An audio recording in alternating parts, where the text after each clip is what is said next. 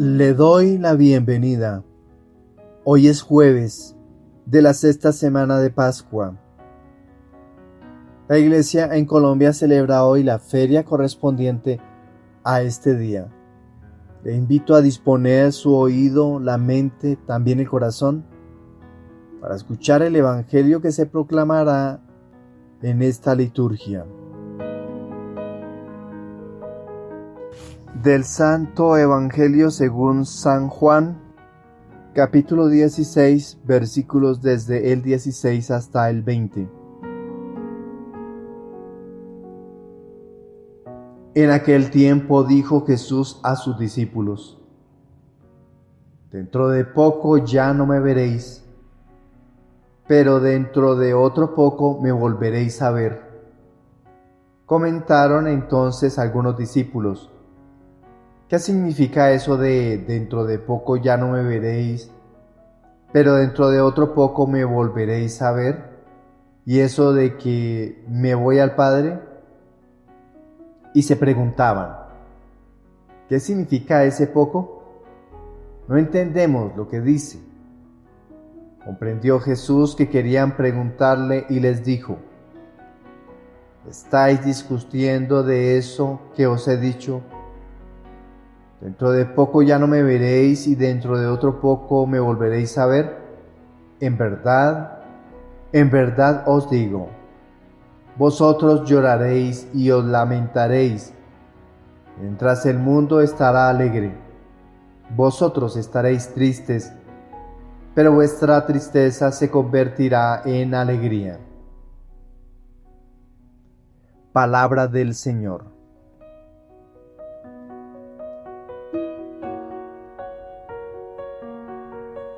Les invito a ir a hacer lectura de los textos bíblicos que corresponden a cada una de las lecturas de la liturgia de hoy antes de escuchar nuestra reflexión. La primera lectura de este jueves de la sexta semana de Pascua corresponde contemplar el libro de los Hechos Apostólicos en su capítulo 18 y los primeros 8 versículos. Esta primera lectura describe la continuación del progreso en la evangelización por el mundo griego de parte de Pablo. Sale de Atenas, parte a Corinto, en donde se encuentra a una pareja de esposos recién llegados de Roma tras la expulsión de parte del emperador Claudio al redactar en el año 51 después de Cristo un edicto por las constantes revueltas que causaban los judíos tradicionales en contra de los judíos cristianizados, persiguiendo y asesinándolos para evitar que siguieran anunciando al Cristo. El encuentro de Pablo con las comunidades se llevaba a cabo en las sinagogas judías. La insistencia y afán de Pablo por convertir a los judíos causó rechazo, y de ahí la decisión de predicar solo a los gentiles, es decir, a quienes rendían culto a varios dioses, estableciendo su centro de acción en la casa de Ticio, que vivía junto a una sinagoga. Esta cercanía causó la conversión del jefe de la sinagoga, Crispo, junto a toda su familia. A pesar de que la predicación se hacía difícil a causa de los impedimentos, Pablo los entendía como la voz del Espíritu para cambiar de rumbo de evangelización. La obediencia le daba como satisfacción múltiples e importantes conversiones. El pasaje del libro de los Hechos Apostólicos en su capítulo 18 relata el ministerio de Pablo en Corinto, una ciudad importante en Grecia, durante su segundo viaje misionero. ¿Qué podemos extractar de este relato del día de hoy? Tenemos 4 propuestas para que contemplemos y meditemos. La primera sería el contexto histórico y geográfico. El segundo, el ministerio de Pablo en Corinto. En tercer lugar, el rechazo y oposición. Y por último, relevancia en el contexto de la Pascua. ¿Cuál es la primera propuesta? El contexto histórico y geográfico. Corinto era una ciudad estratégica en términos comerciales y culturales en el mundo antiguo. Era conocida por su inmoralidad y diversidad religiosa. Pablo llega a Corinto después de dejar Atenas, donde había tenido un encuentro significativo con los filósofos del Areópago. En segundo lugar, el ministerio de Pablo en Corinto. Pablo entonces comienza a predicar el Evangelio en la sinagoga de Corinto, donde encuentra a Aquila y Priscila, judíos recién llegados de Roma. Trabajan juntos, ya que Pablo era también un tejedor de tiendas de campaña para ganarse la vida. Pablo se dedica a predicar y enseñar en la sinagoga, testificando que Jesús es el Cristo. En tercer lugar viene el rechazo y oposición. A pesar de su predicación, la mayoría de los judíos en la sinagoga rechazaban el mensaje de Pablo, lo que le lleva a sacudir sus ropas como señal de rechazo y declarar que su responsabilidad de la salvación queda descargada y que se dirigiría a los gentiles. A partir de este momento, Pablo se centra más en la predicación del Evangelio a los gentiles, aunque algunos judíos y muchos de los gentiles creen y son bautizados. Y en último tema, relevancia en el contexto de la Pascua. Este pasaje que hemos leído hoy puede recordarnos la importancia de la proclamación del Evangelio y el rechazo que a menudo enfrentan los mensajeros de Dios. Así como Pablo continuó predicando a pesar de la oposición, los creyentes hoy en día son llamados a ser fieles en su testimonio del Evangelio, incluso cuando enfrentan resistencia y rechazo. Además, el enfoque de Pablo en predicar tanto a judíos como a gentiles resalta la universalidad del mensaje de salvación en Cristo, que es una realidad celebrada en la Pascua. ¿Qué podemos concluir del texto del libro de los Hechos Apostólicos? El pasaje que hemos proclamado nos ofrece un vistazo al ministerio de Pablo en Corinto y nos recuerda la importancia de la proclamación del Evangelio y la fidelidad a pesar de la oposición. En el contexto que estamos celebrando estos días, la Pascua, este pasaje también nos desafía a reflexionar sobre la universalidad del mensaje de salvación en Cristo y nuestra responsabilidad de compartir esta buena noticia con otros, sin importar las dificultades que podamos enfrentar. Ante esta propuesta que nos hace el Espíritu Santo en esta primera lectura, respondemos al Señor con el Salmo 97 y que se pronuncie de parte de nuestros labios y de nuestro corazón esta frase antífona para que acompañe cada uno de los párrafos del Salmo. El Señor revela a las naciones su victoria. El Salmo 97 está titulado como Canto de alabanza a Dios después de la liberación. Las proezas nuevas de Yahvé exigen entonar un nuevo cántico que refresque el eco de los antiguos portentos. Característica de la divinidad es su trascendencia, que para los hebreos se reflejaba en la idea de santidad, que incluía incontaminación y separación. Por eso, la expresión santo brazo equivale aquí a omnipotencia desbordante, fuera de toda comparación con lo humano. La nueva salvación obrada por Yahvé ha servido para manifestar la justicia divina ante las gentes. En el verso 3 se resume el Salmo 106. Esta victoria salvadora de Yahvé ha tenido lugar porque se ha acordado de los compromisos con su pueblo, manteniendo así su fidelidad, como en otras memorables ocasiones. Todos los pueblos son testigos de esta manifestación salvadora del Dios de Israel. Con frases estereotipadas, el autor sagrado invita a todos los habitantes del orbe a mostrarse exultantes por el advenimiento próximo del juez de la tierra. No se alude para nada a la liberación de Israel. El Salmo 97, como un himno de alabanza que celebra la soberanía y la salvación de Dios. Vamos a reflexionar cada uno de los versos que conforman los párrafos del Salmo. Versículos desde el 1 hasta el 2ab. Cantad al Señor un cántico nuevo, porque ha hecho maravillas. Su diestra le ha dado la victoria, su santo brazo. El Señor da a conocer su salvación, revela su justicia a las naciones.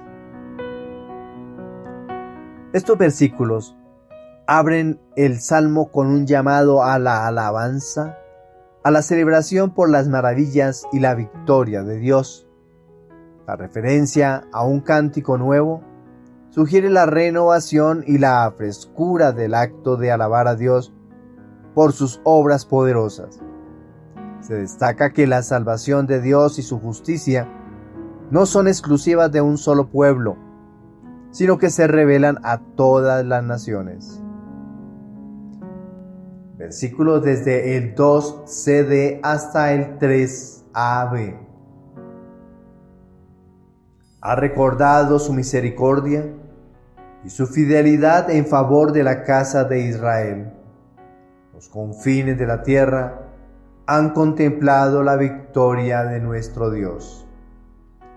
Estos versículos resaltan la misericordia y la fidelidad de Dios hacia su pueblo, Israel.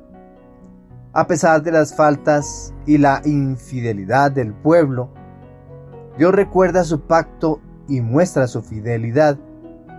La alabanza se extiende a los confines de la tierra, ya que la victoria de Dios no se limita a una región geográfica específica, sino que es universal y visible para todos.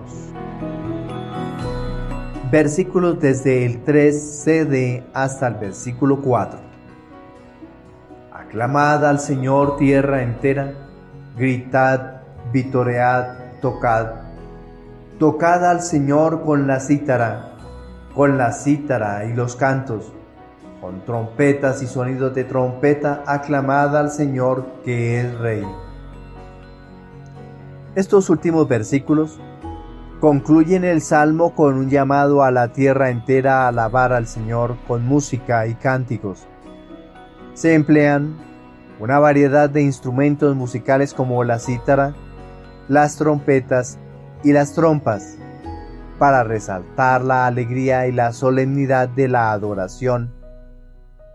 Dios es aclamado como Rey, señalando su soberanía sobre toda la creación. ¿Qué podemos concluir del Salmo 97? Es un himno de alabanza que celebra la victoria y la salvación de Dios. Este salmo nos está recordando su misericordia y fidelidad hacia su pueblo y nos invita a alabarle con alegría y gratitud por sus maravillas. Este salmo nos anima a reconocer la soberanía de Dios sobre toda la creación y a proclamar su grandeza y su salvación a todas las naciones. La propuesta del Evangelio. El Evangelio que hemos proclamado en este día, el Evangelio de San Juan, y continuamos en su capítulo 16, pero hoy versículos desde el 16 hasta el 20. Cada vez más se acerca la partida de Jesús de entre la comunidad de los 11. El Maestro les da la seguridad y confianza, y el hablar de partir causa tristeza, pesadumbre, temor. Su partida y la venida de lo alto del Espíritu de Dios traerán la renovación de quienes no conocen al Señor y no se han convertido de sus malas acciones. La subida de Jesús al Padre trae como consecuencia la venida de la plenitud de la obra proyectada por Dios para que se derrame la gloria de la conversión, el testimonio y la implantación de la Iglesia en medio del mundo. El Espíritu está para quienes no escucharon al Padre, ni atendieron tampoco al Hijo. El Espíritu escrutará y penetrará el corazón más duro que el diamante, para llevarlo al camino de la rectitud, la generosidad y la laboriosidad en la construcción de un mundo mejor, más tolerante, en donde se amen, se respeten y se apoyen. En donde no opere esta dinámica, se puede dudar de que allí habite el Espíritu de Dios. Además, para el Espíritu no hay obstáculo alguno para hacer las cosas o cumplir cualquier propósito. No existe cerrojo difícil de penetrar para el Espíritu de Dios. No olvidemos repetir constantemente con un corazón sincero: ven, Espíritu Santo, envía tu Espíritu, Señor, y repuebla la faz de la tierra.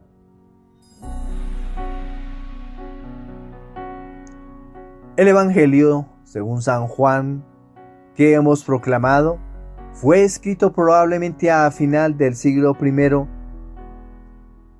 entre los años 95 y 98, que se dirige principalmente a una audiencia cristiana y gentil, en un contexto de tensiones entre la comunidad cristiana y la sinagoga judía. San Juan presenta una teología distintiva que enfatiza la divinidad de Jesucristo y su relación íntima con el Padre Dios. Este texto que hemos leído hoy forma parte del discurso de despedida de Jesús a sus discípulos en la última cena, poco antes de su arresto y crucifixión. Tenemos aquí 3 propuestas extraídas del texto que hemos proclamado en este día. Titularemos la primera como un contexto histórico y teológico, en segundo lugar una interpretación exegética y por último la actualización para el día de hoy. Cada una de ellas tiene sus subdivisiones. Vamos con la primera: contexto histórico y teológico. En este discurso Jesús está preparando a sus discípulos para su partida, explicándoles que pronto será crucificado y que después de su resurrección los volverá a ver.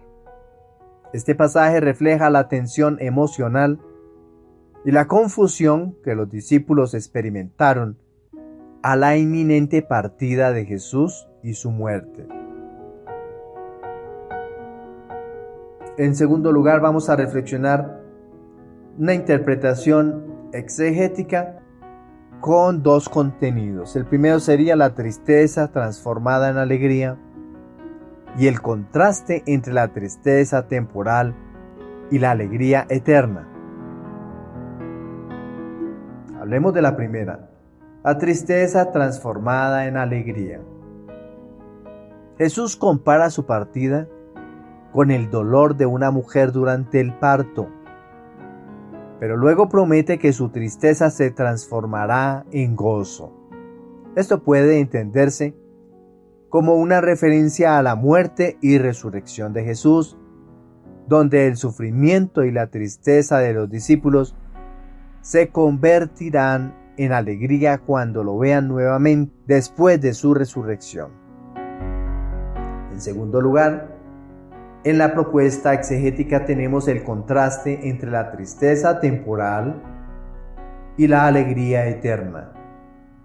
Jesús señala que la tristeza de los discípulos será temporal, pero su alegría será eterna. Esto apunta a la realidad de la resurrección de Jesús como fuente de alegría permanente y esperanza para los creyentes, incluso en medio de las dificultades y pruebas temporales. En tercer lugar, la actualización para el día de hoy, con dos temas a reflexionar. Primero, la esperanza de la resurrección y en segundo lugar, la transformación del dolor en alegría. Hablemos de la primera, la esperanza de la resurrección. Estamos todavía celebrando el tiempo de la Pascua, sus últimos días. Este pasaje nos recuerda la esperanza que tenemos en la resurrección de Jesús. Así como los discípulos experimentaron tristeza antes de la crucifixión, pero luego alegría después de la resurrección, los creyentes hoy en día encuentran esperanza en la victoria sobre la muerte que Jesús logró en la Pascua. Y el segundo tema, la transformación del dolor en alegría. Esta enseñanza de Jesús nos anima a confiar en que Dios puede transformar nuestro dolor y sufrimiento en alegría, incluso en medio de las pruebas y tribulaciones de la vida. La Pascua nos recuerda que la resurrección de Jesús tiene el poder de cambiar nuestras circunstancias más oscuras en algo lleno de esperanza y vida. Esto solamente se logra con la acción del Espíritu Santo. ¿Qué podemos concluir de este Evangelio que hemos proclamado en el día de hoy, del Evangelio según San Juan, en su capítulo 16, versículos del 16 al 20? Estas líneas nos recuerdan la promesa de Jesús de que nuestra tristeza será transformada en alegría a través de su muerte y su resurrección. En el contexto de este tiempo de la Pascua, este pasaje nos invita a celebrar la victoria sobre la muerte que Jesús logró y a encontrar esperanza en su resurrección, confiando en que Dios puede transformar nuestro dolor en alegría y nuestra tristeza en esperanza. Hemos llegado al final de nuestra reflexión. No debemos dejar de insistir y seguir orando la novena del Espíritu Santo. Debemos prepararnos y disponernos, porque el día de mañana inicia nuestra novena del Espíritu Santo. Y debemos estar constantemente estos 9 días insistiendo: ven Espíritu Santo, para que el Espíritu de Dios haga su obra en cada uno de nosotros. Los invito entonces a reflexionar todos estos días al Espíritu de Dios, al Espíritu Santo, para que Él empiece a obrar maravillas en nuestra vida. Para todos un feliz día, que el Señor nos siga colmando de su alegría, como también de su bendición. Felicidades, bendiciones.